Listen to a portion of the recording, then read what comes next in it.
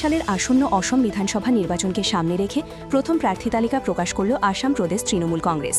বৃহস্পতিবার জারি করা এক প্রেস বিজ্ঞপ্তিতে দল জানায়, সর্বভারতীয় তৃণমূল কংগ্রেসের নেত্রী মমতা বন্দ্যোপাধ্যায়ের দিক নির্দেশনায় এই প্রথম তালিকা ঘোষণা করা হয়েছে।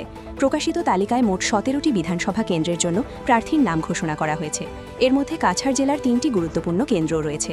উদারবন্দ কেন্দ্র থেকে তাপস দাস, কাটিকারা কেন্দ্র থেকে ফজলুর রহমান লস্কর এবং সোনাই কেন্দ্র থেকে শাহজাহান লস্করকে প্রার্থী করা হয়েছে।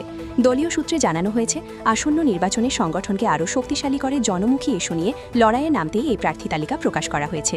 একই সঙ্গে ঘোষিত সব প্রার্থীর প্রতি শুভেচ্ছাও জানিয়েছে তৃণমূল কংগ্রেস।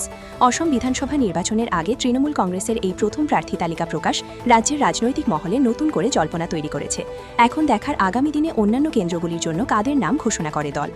ব্যুরো রিপোর্ট, ঈশান বাংলা নিউজ, শিলচর।